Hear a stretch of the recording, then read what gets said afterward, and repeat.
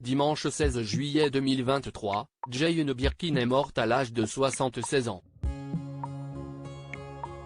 Une triste perte pour sa large famille sur laquelle elle a pu compter dans les bons comme les mauvais moments.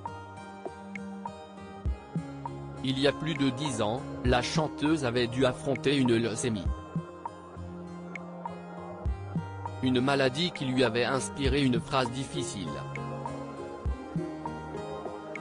Dimanche 16 juillet 2023, Jane Birkin est morte à l'âge de 76 ans. Chanteuse et actrice iconique, elle a été affaiblie par un AVC survenu en 2021.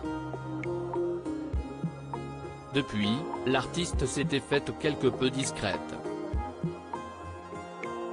Même si elle assurait auprès du Parisien en janvier 2022 que les soins intensifs, elle, sait, par cœur, Jane Birkin avait vu son rythme de vie ralenti.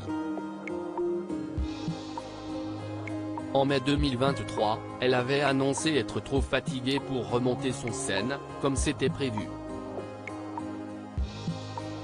J'ai toujours été une grande optimiste, et me rends compte qu'il me faut encore un peu de temps pour être de nouveau capable d'être sur scène et avec vous. Vous me manquez, avait-elle expliqué dans un communiqué de presse. Un peu plus tôt en 2023, elle déplorait auprès du Matin de ne plus avoir d'immunité, j'ai eu le Covid 6 fois. C'est quand même incroyable, je n'ai malheureusement pas du tout d'immunité à cause de ma leucémie, il faut que je fasse plus attention. Une leucémie difficile à combattre quelques années plus tôt, l'ex-compagne de Serge Gainsbourg avait déjà fait face à des ennuis de santé. En effet, en 1998, Jane Birkin avait été diagnostiquée d'une leucémie.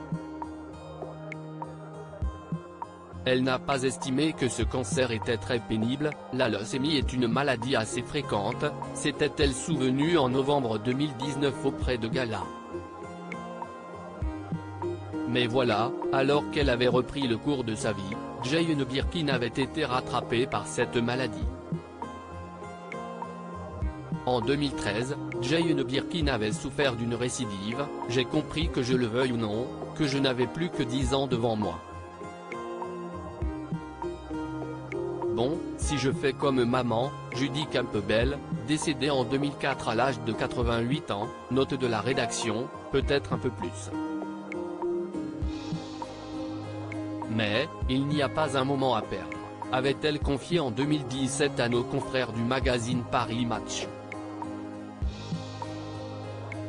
Un constat tristement prémonitoire.